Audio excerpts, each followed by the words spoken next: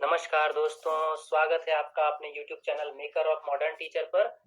तो कुछ दिनों से हमारी कक्षाएं स्थगित थी, उसके लिए मैं अत्यंत खेद व्यक्त करता हूं। अब हमारी कक्षा निरंतर नियमित रूप से चलेगी और जब तक आपका डीएलएड का परीक्षा का रूटीन नहीं आ जाता है और जब तक परीक्षा नहीं हो जाती तब तक यह कक्षा प्रतिदिन चलती रहेगी। और आज से आपको प्रतिदिन हर विषय के इम्पोर्टेंट क्वेश्चंस के नोट्स मैं आपको प्रोवाइड करते जाऊंगा डीएलएड की, और साथ ही साथ उनके पीडीएफ भी आपको डिस्क्रिप्शन बॉक्स में लिंक में दे दिए जाएंगे। कुछ लोगों की डिमांड थे कि मुझे आंसर्स प्रोवाइड किए जाएं और उनके पीडीएफ दिए जाएं, तो मैं आंसर्स और पीडीएफ आपको दे ही रहा हूं।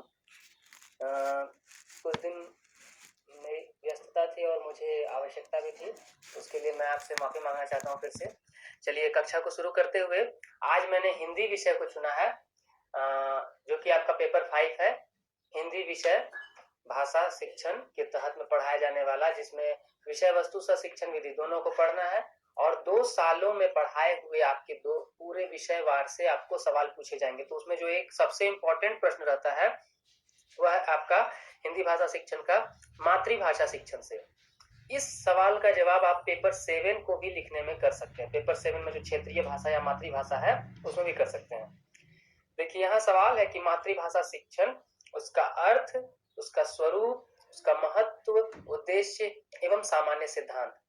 आप ध्यान पूर्वक मेरी बातों को सुने और साथ ही साथ इसे स्क्रीनशॉट करके भी रख सकते हैं, या फिर चाहे तो यहाँ मैं पीडीएफ आपको डिस्क्रिप्शन बॉक्स में दे दूंगा, उसे आप देख देख कर लिख सकते हैं, प्रिंट आउट निकाल सकते हैं। देखिए मातृभाषा शिक्षण, सबसे पहले हम अर्थ को समझ लेते हैं। मातृभाषा शिक्षण होता क्या है? तो कहा जाता है अपनी माँ से सीखी गई भाषा मातृभाषा है। साधारण रूप में कहें तो जिसमें कोई बालक अपनी माता का या पिता का या घर के सदस्यों का अनुकरण करके स्वाभाविक रूप से बोलना सीखता है। समझ गए मातृभाषा किसे कहते हैं? बालक जिस प्रदेश या क्षेत्र में जन्म लेता है वहां की क्षेत्रीय भाषा या बोली वह पहले बोलना सीख लेता है, वही उसकी मातृभाषा कहलाती है। अब हम थोड़ा समझते हैं कि मातृभाषा शिक्षण से तात्पर्य उस मानक या परिनिष्ठित क्षेत्रीय भाषा से है जो शिक्षण के लिए प्रयुक्त होती है। देखिए जब छोटी कक्षाओं में अध्ययन करवाया जाता है विद्यालय में, तो उसमें जो है ना, जो भाषा प्रयोग की जाती है वो वहाँ की क्षेत्रीय स्थानीय बोली को ध्यान में रख करके प्रयोग की जाती है, उसे ही हम मातृभाषा कहेंगे। तथा विभिन्न क्षेत्रों में बढ़ रहे ज्ञान को प्राप्त करने के लिए उस भाषा का ज्ञान अनिवार्य है। बिल्कुल सही बात है। जब बच्चा पहली बार घर से निकलकर विद्यालय जाता है तो जिस भाषा में वो वार्तालाप करना जानता है उसी भाषा में अपने मित्रों से वो बातचीत करता है। दूसरा नंबर, यात्रा, भ्रमण, वार्तालाप के द्वारा अशिक्षित व्यक्ति की अपने ज्ञान में वृद्धि भी अशिक्षित व्यक्ति भी अपने ज्ञान में वृद्धि कर सकता है। फिर भी आधुनिक युग में व्यक्तित्व के संपूर्ण विकास के लिए शिक्षा प्राप्ति आवश्यक है। हम जानते हैं कि एक अनपढ़ व्यक्ति भी, एक अशिक्षित व्यक्ति भी अगर घूम फिर करके और अनुभव के आधार पर अपने ज्ञान में वृद्धि कर सकता है, लेकिन शिक्षा का बहुत महत्व है। शिक्षा एक व्यक्ति को सभ्यता प्रदान करता है। ठीक है। तीसरा नंबर है कि हिंदी एक मानक भाषा है। चौथा नंबर, मातृभाषा शिक्षण से तात्पर्य उस भाषा शिक्षण से है जो बालक के ज्ञान भंडार में वृद्धि करने के लिए उसे दिया जाता है। तो यह हमने देखा मातृभाषा का परिचय या अर्थ, जो भी कह सकते हैं। अब मातृभाषा शिक्षण का स्वरूप, क्यों और किस प्रकार से मातृभाषा शिक्षण करवाया जाता है वह हम जानते हैं। मातृभाषा शिक्षण से विद्यार्थी में सृजनात्मक प्रवृत्तियों का जन्म होता है। मतलब अगर मान लीजिए किसी सवाल का जवाब बच्चे को अपने भाषा में आता है तो उसे अपने भाषा में ही देना चाहिए। हम लिखते भी हैं कि परीक्षाओं में जब प्रश्न के उत्तर देने होते हैं तो वहां लिखते हैं कि परीक्षार्थी यथासंभव अपने शब्दों में उत्तर दे। इससे क्या पता चलता है कि आप अपनी भाषा में उत्तर दीजिए। साथ ही साथ उसकी कल्पना शक्ति में निरंतर विकास होता है। अतः मातृभाषा शिक्षण के स्वरूप को निर्धारित करते हुए कहा जा सकता है कि मातृभाषा से यहाँ तात्पर्य उस भाषा से है जो क्षेत्र विशेष में बोली जाती है, जिसकी कई बोलियां या उपबोलियां तो होती हैं परंतु उनमें कुछ न कुछ समानता पाई जाती है। जैसे झारखंड की ही बात करते हैं तो झारखंड में सबसे प्रमुख रूप से नागपुरी बोली है, पर नागपुरी की बोली का ऐसा मतलब नहीं कि नागपुरी का किसी और बोली से कोई संबंध नहीं बनता है। जैसे कि पंचपरगनिया में भी नागपुरी का संबंध है, खोरठा में भी नागपुरी का संबंध है, कुरमाली में भी, कुड़ुक से भी कुछ मिलता जुलता है।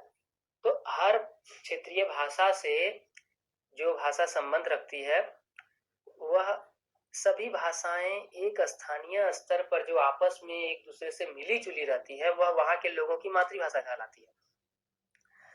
बच्चा अपने परिवेश के अनुरूप या तो स्थानीय बोली या उपबोली में अपने भावों को प्रकट करना सीखता है, ठीक है, या सीधे ही शुद्ध परिमार्जित मातृभाषा का प्रयोग करता है। जैसे कि सबसे पहले वो टूटा फूटा भाषा बोलेगा, फिर धीरे धीरे धीरे धीरे उसमें परिमार्जित यानी कि संशोधन करते जाएगा। बच्चा पहले स्वयं बोलता है और उसमें जो गलती होता है दूसरों का अनुकरण करके उसमें संशोधन करता है, ध्यान रखिएगा। तीसरा, विद्यालय में शिक्षा प्राप्ति के समय विद्यार्थी को उस स्थानीय बोली में रचित पुस्तकें प्राप्त नहीं होती, बल्कि उसे वो मातृभाषा में रचित पुस्तकों का अध्ययन करके ज्ञान प्राप्त करना होता है। जैसे कि जानते हैं, अब हम जो स्थानीय बोली बोलते हैं, घर में जो क्षेत्रीय बोली बोली जाती है वो थोड़ी टूटी फूटी या बोल सकते हैं कि असहज होती है अगर उसे साहित्य में प्रकाशित किया जाए तो उस असहजता को ध्यान में रखते हुए हम मातृभाषा में पुस्तकों का प्रचलन करते हैं। छोटी कक्षाओं में जो पुस्तकें छापी जाती हैं वह एक विशेष स्थानीय क्षेत्र पर बोली जाने वाली एक विशेष भाषा को ध्यान में रख करके तैयार की जाती है, उसे ही मातृभाषा कहेंगे।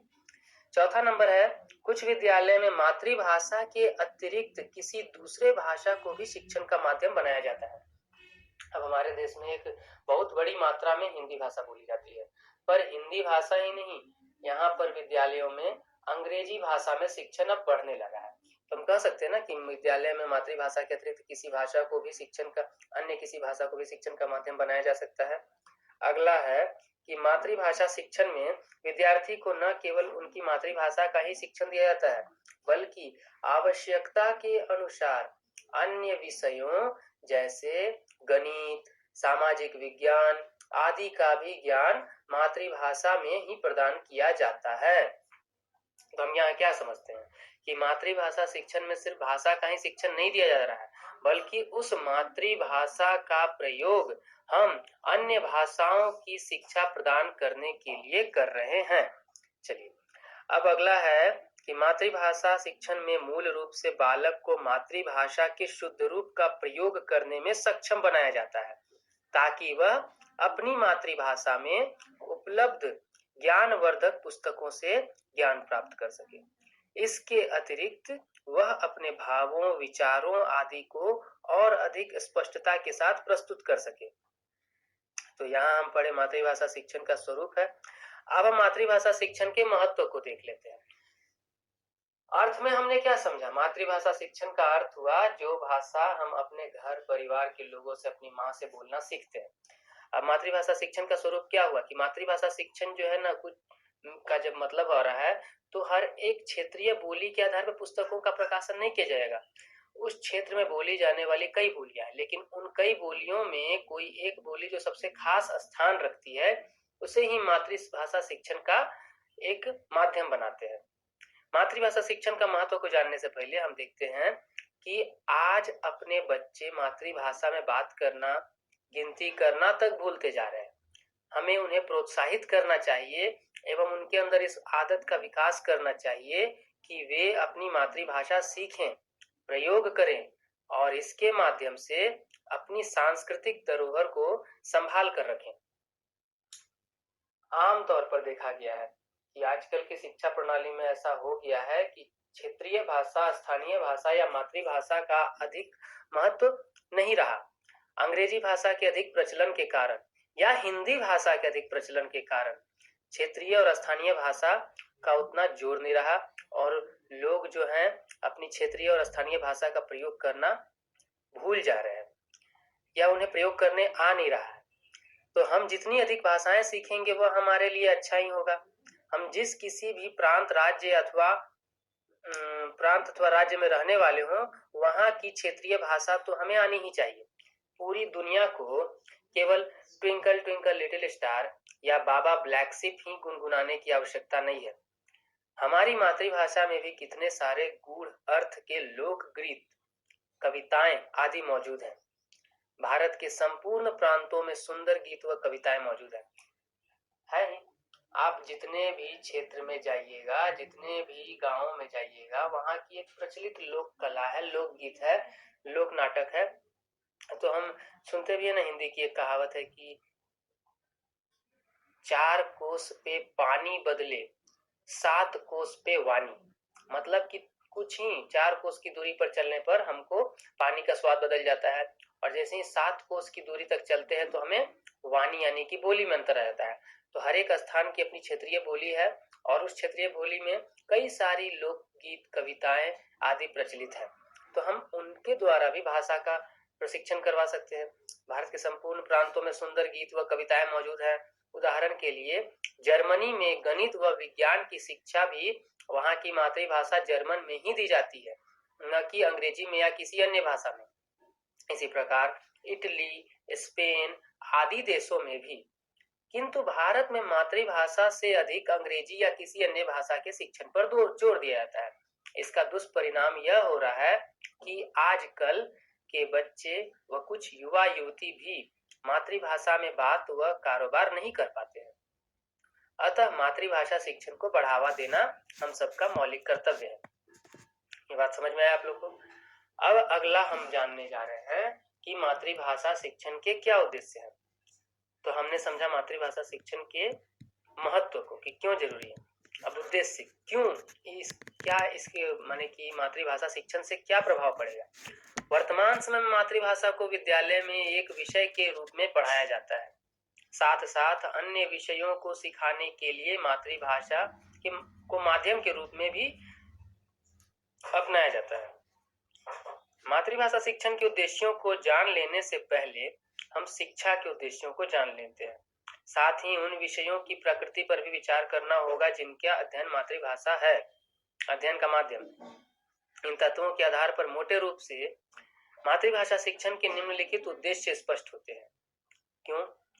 तो पहला नंबर है कि बच्चों को मातृभाषा में दूसरों द्वारा प्रस्तुत भावों को पूर्ण रूप से समझने के योग्य बनाना। मतलब अगर बच्चा मातृभाषा समझ सकता है तो वह दूसरों द्वारा प्रकट जो भाव है मातृभाषा में उसे वह ग्रहण कर पाएगा। बच्चों को अपने भावों, विचारों आदि को प्रभावशाली ढंग से दूसरों के समक्ष अभिव्यक्त करने योग्य बनाना। ठीक। तीसरा नंबर है बच्चों को अपनी मातृभाषा के रचित साहित्य को पूर्ण रूप से समझने में सामर्थ्य बनाना। चौथा है बच्चों को अपनी संस्कृति, प्रथा, सामाजिक सभ्यता आदि से परिचित कराना। समझ में आया? मतलब जितना ज्यादा से ज्यादा वे अपना मातृभाषा का प्रयोग करते हैं तो मातृभाषा में रचित साहित्य को समझ पाते हैं, मातृभाषा में विचार को व्यक्त कर पाते हैं, मातृभाषा में विचारों को जो व्यक्त किया गया है उन्हें समझ पाते हैं, अपनी संस्कृति, अपने समाज, अपने परंपराओं, अपने रीति रिवाजों को पहचान पाते हैं। क्योंकि हम जानते हैं कि भाषा ही किसी भी संस्कृति या परंपरा की सबसे बड़ी संरक्षक है।